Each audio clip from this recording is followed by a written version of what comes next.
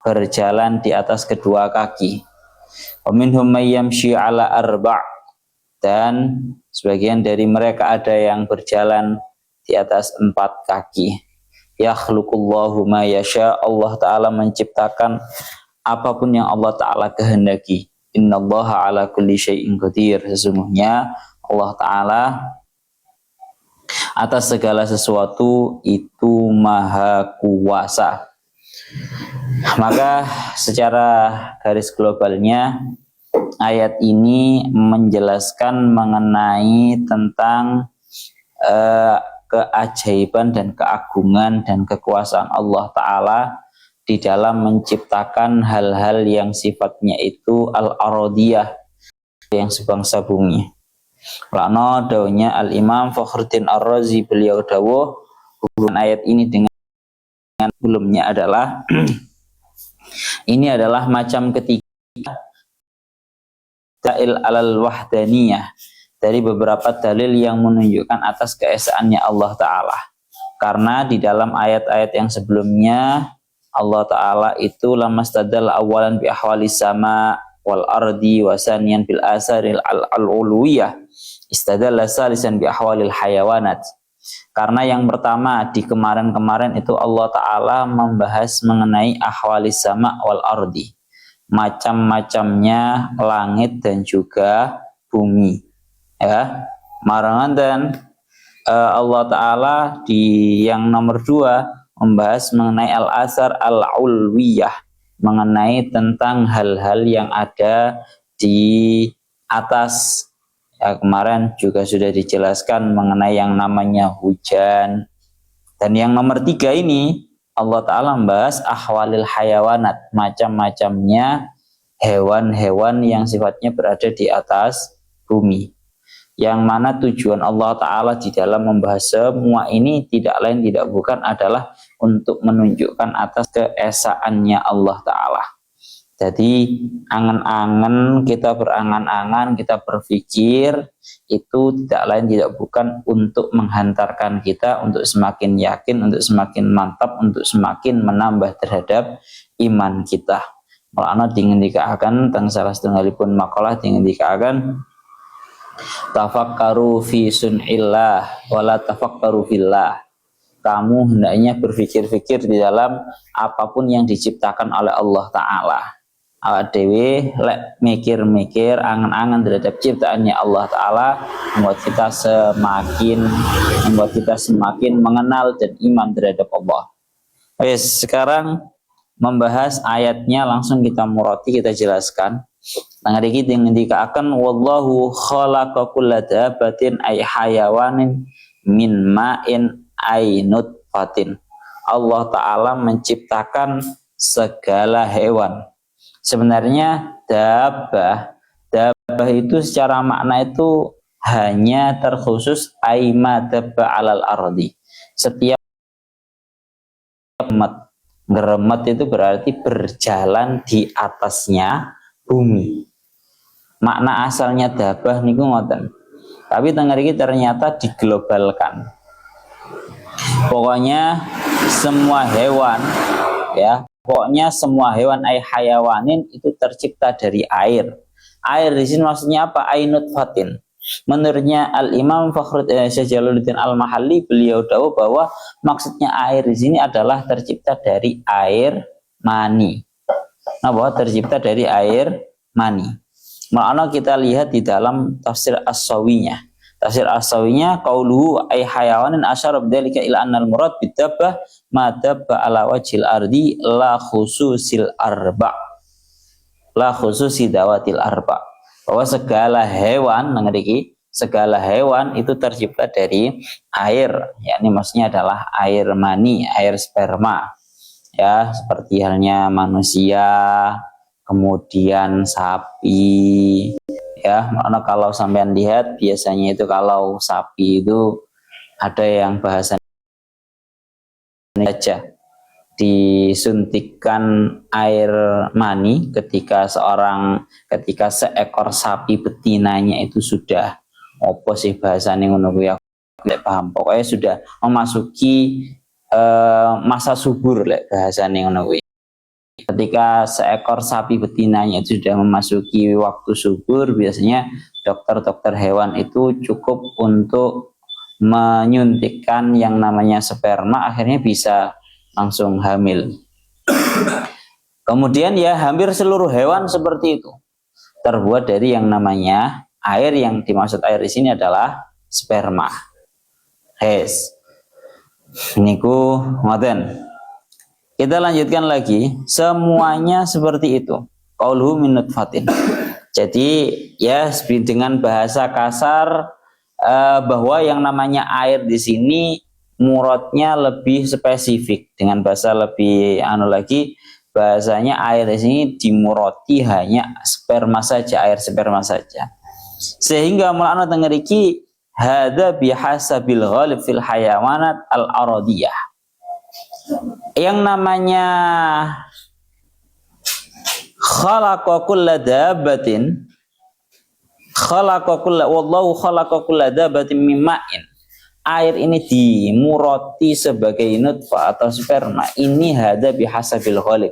Ini hanya menurut kebanyakan mawon. Karena banyak makhluk-makhluknya Allah Ta'ala yang tidak tercipta dari yang namanya sperma. Wa illa malaikatu khuliqu minan nur. Malaikat itu diciptakan dari cahaya. Wal nar, jin itu diciptakan dari apa? Api. Ya, jin juga menempat loh ya di bumi ini. Wa adamu khuliqa minat tin. Dan ya Nabi Adam juga tidak diciptakan dari tanah. Wa Isa khuliqa minan nafasil ladzi nafakhahu fi jaybi ummi. Nabi Isa lo juga manusia, itu diciptakan bukan dari sperma tapi dari nafas yang ditiupkan oleh malaikat Jibril di jaib lambinya atau bajunya, kerah bajunya ibunya Nabi Isa. Bahkan juga banyak wadudu takhluqu atau tukhlaqu minal faqiyah wal ufunat. Kamu kalau tahu yang namanya dud atau set itu tercipta dari makanan-makanan busuk, ya. Sehingga niki kula yang paling setuju dan juga paling sepakat yang ada di dalam tafsir Sawinya ini senada dengan Imam Fakhruddin Ar-Razi. Makna pengambilannya Syekh As-Sawi itu kebanyakan salah satunya juga dari Imam Fakhruddin Ar-Razi. Wakila iki sing garis bawahono tenanan iki. Wakila al-muradu bil ma'i haqiqatuhu. Ini yang lebih menarik. Bahwa ada yang mengatakan seluruh hewan itu diciptakan dari air. Itu ada yang mengatakan bukan kok air sperma, mboten. Tapi yang dimaksud di sini adalah air haqiqatuhu. Memang benar-benar hakikatnya air. Dengan artian bagaimana? Lima warada annallaha khalaqa ma'an. Karena ada hadis yang menjelaskan bahwa sesungguhnya Allah Ta'ala itu memang benar-benar menciptakan air. Wa ja'ala ba'dahu rihan wa nuran.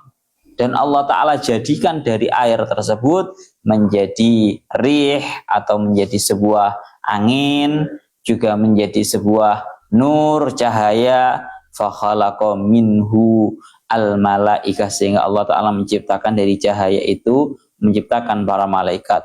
Wa ja'ala ba'dahu naron, dan dari air Allah Ta'ala menciptakan api. Dari air Allah Ta'ala menciptakan api. Fa khalaqa minhu al-jinna, maka Allah Ta'ala menciptakan dari api tersebut, menciptakan jin. Wa ja'ala ba'dahu tinan fa khalaqa minhu Adam, dan Allah Ta'ala menjadikan sebagian air itu menjadi tanah. Maka dari tanah tersebut Allah Ta'ala menciptakan Nabi Adam. Wes jangkep. Sehingga seluruh perkara yang hidup di atas muka bumi ini semuanya itu tercipta dari yang namanya air. Jadi yang pertama tercipta dari yang namanya air, dan yang nomor dua tidak bisa hidup tanpa air. Itu yang perlu diketahui. Bahkan kalau di murad yang lebih umum, yang lebih global lagi, bukan hanya hewan-hewan yang sifatnya itu hidup dengan nyawa, Bahkan tanaman-tanaman yang hidup dengan tanpa nyawa itu juga tidak bisa hidup dengan tanpa adanya air. Hampir semuanya itu membutuhkan terhadap yang namanya air, mulai dari hewan-hewan yang memiliki nyawa, ya, termasuk manusia, bahkan juga nopo iku jenenge tanaman-tanaman. Itu juga termasuk perkara yang hidup tapi tidak memiliki nyawa, itu juga tidak bisa hidup tanpa air, mati Pak. Kalau airnya mati. Sehingga sing paling penak biar menyeluruh kita muroti dan kita tidak membatasi mimain itu dengan minut fatin, tapi memang alma di sini adalah hakikatnya air. Jadi Allah Ta'ala menciptakan yang namanya air, kemudian dari air ini Allah Ta'ala menciptakan api, menciptakan tanah, menciptakan angin, menciptakan cahaya, semua Allah Ta'ala ciptakan dari air. Kemudian dari air menciptakan api, dari api menciptakan, kemudian juga dari air menciptakan cahaya, dari cahaya menjadi ya, dari air menjadi tanah, menciptakan Nabi Adam, sehingga kesimpulannya semua berangkat dari air. Sing wakila al-muradu kuwi garis bawana tenanan. Ya, karena hampir semuanya, semua yang hidup itu tercipta dan juga butuh namanya air. Karena dawai al-Imam Fakhruddin dawainya sangat menakjubkan di dalam Allah Ta'ala itu menciptakan hewan-hewan yang ada di atas muka bumi ini, yang mana seolah-olah antara hewan yang besar dan juga hewan yang kecil itu semuanya sama. Artinya sama niku wa kullu syai'in yadkhamu qabilun li ayyusahira. Setiap perkara yang besar itu bisa untuk diperkecil. Waqad yudkhamu tadkhiman li darajati annaka la tastati'u an tudrika kunhu. Jadi ngeten, nang mriki niki diingendikaken ngeten. Termasuk daripada keajaibannya penciptaan bahwa kita itu bisa mengetahui di dalam sebuah semut itu di dalamnya ada seluruh kebutuhan-kebutuhan kehidupan yang juga dimiliki oleh sebuah napa iku jenenge, ya Allah, yang ada yang dimiliki oleh gajah.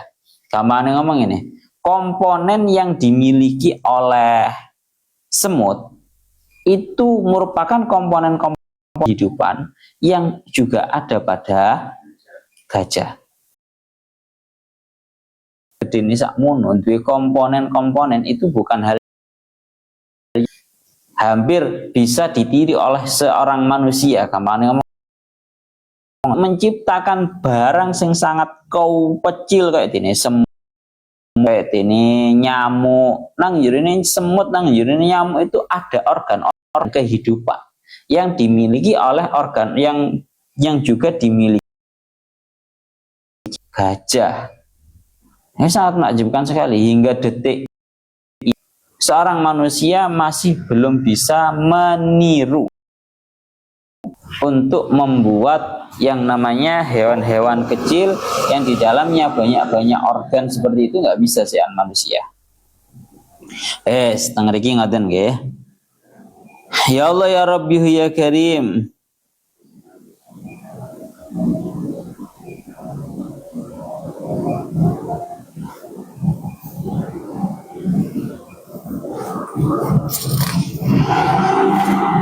Kita lanjutkan malih.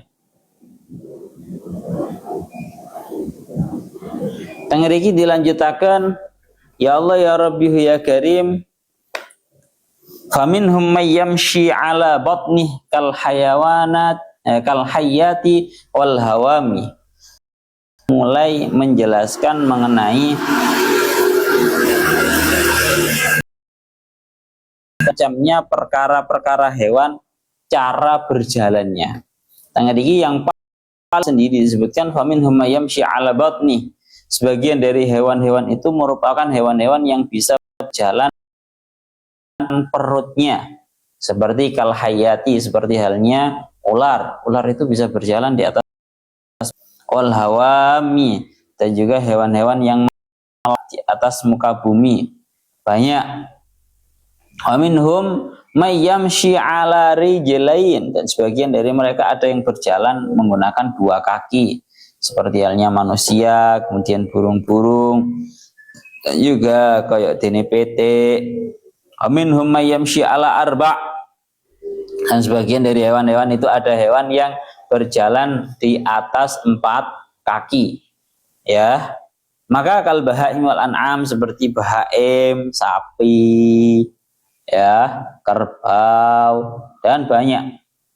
Maka tengeriki dawuhnya para ulama, Allah Ta'ala mengawali menyebutkan macam-macamnya hewan yang berjalan, justru diawali dengan menyebutkan hewan yang berjalan di atas perutnya. Itu kenapa? Itu merupakan sebuah hal yang menakjubkan, seperti yang dilakukan oleh Al-Imam Fakhruddin Ar-Razi. Beliau tahu bahwa itu merupakan Allah Ta'ala menyebutkan macamnya hewan yang berjalan tanpa adanya alat jalan, berjalan tanpa menggunakan alat jalan. Sing jenenge perut itu bukan alat jalan. Yang namanya perut itu merupakan sebuah alat untuk mengkonsumsi. Mulanya dawuhnya Imam Fakhruddin Ar-Razi secara jelas, beliau dawuh bahwa qad qaddama ma huwa a'jab. Allah Ta'ala mendahulukan sebuah hewan yang sangat menakjubkan, berupa apa? Wa huwa al-mashi min ghairi alati masyin min arjulin au qawaim. Yaitu Allah Ta'ala menyebutkan sebuah hewan yang berjalan tanpa adanya alat jalan, min arjulin berupa kaki, au qawaim ataupun tiang-tiang. Nggak ada yang namanya ular, itu nggak ada apapun yang membantu terhadap si ular tersebut untuk berjalan selain perut. Ini merupakan sebuah hal yang sangat menakjubkan. Lah baru kemudian Allah Ta'ala menyebutkan summal masyi ala rijlain, dan Allah Ta'ala menyebutkan sebuah hewan yang berjalan di atas kedua kakinya, ya. Kemudian juga menyebutkan yang menjelaskan yang berjalan di atas 4 kaki. Dan Masya Allah. Dan tengeriki ngeten, seperti yang dilakukan oleh para ulama. Loh, pembagiannya Allah Ta'ala di dalam menjelaskan macam-macamnya hewan itu masih kurang lengkap. Seperti yang kita ketahui, ada loh yang tidak berjalan di atas perut dan kakinya itu banyak. Rupane nopo? Rupane hewan kaki 1000. Lek bahasane nang kitab iku ummu arba wa arba'ina. Hewan yang memiliki kaki 44. Lek nang awak dhewe biasa dikenal dengan istilah nopo? Hewan kaki 1000. Sikile ana 1000 lek jarene wong-wong ngarani kaki 1000. Lah iku kan berarti kan kakine ora siji, ora loro, ora papat, tapi ada yang mengatakan 44, tapi ada yang mengatakan itu 1000, kaki 1000 lek bahasanya awak dhewe. Sampeyan bisa melihat bahwa kaki 1000 itu berjalan menggunakan semua kakinya. Sampeyan lihat sendiri kalau pernah melihat yang namanya kaki 1000 itu, Pak. Maka tangariki, oleh karena itu Allah Ta'ala dawuh setelah itu, yakhluqullahu ma yasha. Allah Ta'ala itu menciptakan sebuah hewan-hewan yang Allah Ta'ala kehendaki. Ini memasukkan semua hewan yang memiliki kaki lebih dari 4. Banyak loh, jangankan kaki 1000. Seperti yang namanya kalajengking, kemudian kepiting, kemudian apa maneh? Ya Allah, laba-laba, wis sikile 6. Kan banyak, berarti bukan hanya 4. Makanya Allah Ta'ala memungkasi ayat ini dengan dawuh yakhluqullahu ma yasha. Allah Ta'ala itu menciptakan apapun hewan yang Allah Ta'ala kehendaki. Masih orang melaku di atas perut, masih orang melaku di atas 2 kaki, masih orang melaku di atas 4 kaki, masih banyak hewan tahuinya. Kalau nangan itu akhir-akhir ini kalau sampean pernah lihat tuh Pak, aku juga ngerti biasanya saya temukan di tempat-tempat yang kotor itu. Hewan itu ini. Jadi bentuk hewan itu kayak seperti ini, tutup seperti ini. Yang mana hewannya itu ini bagaikan rumah. Kemudian dia itu kadang keluar dari ujung sini, kadang juga keluar dari ujung yang depan atau keluar dari ujung yang belakang. Aku juga gak ngerti kuwi hewan opo. Sing jelas golek ono biasanya nang panggon-panggon kotor, maksudnya panggon-panggon yang berdebu dan juga tempat-tempat yang biasanya ada sawang-sawang itu, biasanya ada hewan yang berjalannya itu ya tadi ya, iki omahe digowo, kemudian dia itu bisa keluar dari ujung depan dan juga ujung belakang. Yes.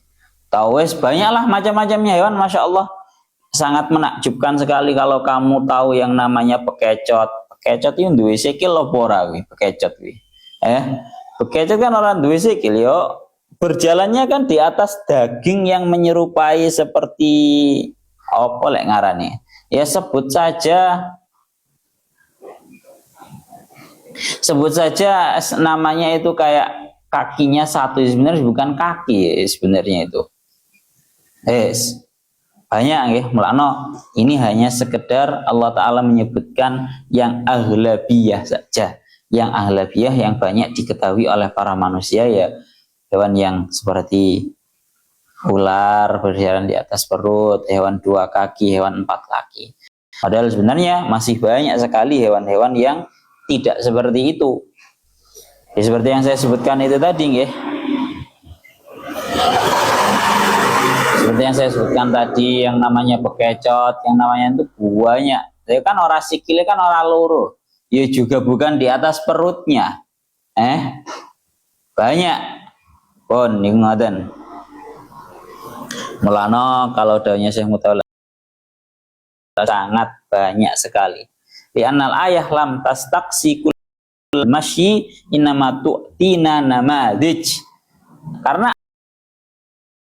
tidak membahas secara tuntas macam-macamnya cara berjalannya hewan, hanya saja memberikan beberapa contoh. Sehingga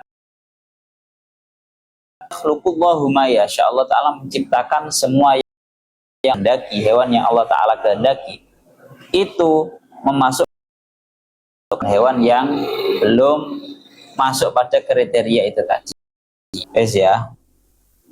Ngeriki ngoten. Lalu dilanjutkan, masakharallahu al-insana li khidmatil insan dzalika sakharal hayawan li khidmatil hayawan. Ini termasuk ciptaannya Allah adalah seperti halnya manusia jadi berkhidmah kepada manusia yang lain, seperti manusia berkhidmat kepada manusia yang lain, membantu manusia bagian jadi dokter untuk membantu manusia yang lain, maka perlu kita ketahui dunia perhewanan itu juga sama seperti itu. Satu hewan membantu terhadap hewan yang lain. Satu contoh di sini disebutkan bahwa hewan itu seperti contoh ada burung-burung yang mengambil makanannya dari sisa-sisa makanan buaya yang ada pada gigi-giginya buaya. Kamu pernah tahu buaya itu seringkali membuka mulutnya lebar-lebar, kemudian ada burung yang datang yang tujuannya burung itu untuk memakan sisa-sisa makanan yang ada di giginya buaya. Laku le cara nalar. Ini kemarin kan juga sudah saya singgung. Kan cara nalar mestine buaya ku lek mangan ku lek yo mangan setiap daging. Ya mestine kan yo caplok pisan to, Pak. Ora malah. Bahwa yang namanya burung itu memakan sisa-sisa makanannya napa? Buaya. Daging-daging yang masih tersela-sela di antara giginya buaya itu yang makan adalah burung. Nah, sebagai timbal baliknya, tengeri dawuhnya Syekh Mutawalla Asy'arawi, kamu bisa melihat bahwa burung-burung tersebut tatkala ada para pemburu buaya, biasanya burung tersebut memberikan aba-aba kepada buaya dengan cara mengeluarkan suaranya, ya, sebagai aba-aba kepada buaya agar buaya mengamankan diri. Bahasanya beliau, hatta inna thair in ra'a as-sayyad alladhi yuridu ayyastada at-timsaha fa innaha tusahhat wa hadisu sautan li tunabbiha at-timsah hatta yanjua. Bahkan yang namanya burung pun sebagai timbal baliknya, dia itu ketika melihat seorang pemburu yang ingin memburu terhadap timsah atau buaya, maka burung tersebut akan mengeluarkan suaranya untuk memberikan aba-aba kepada buaya agar buaya tersebut terselamatkan. Pun niku ngoten. Terakhir, innallaha ala kulli syai'in qadir. Soalnya Allah Ta'ala itu maha kuasa atas segala sesuatu yang Allah Ta'ala kehendaki. Pun niku ngoten. Ya Allah ya Rabbihu ya Karim.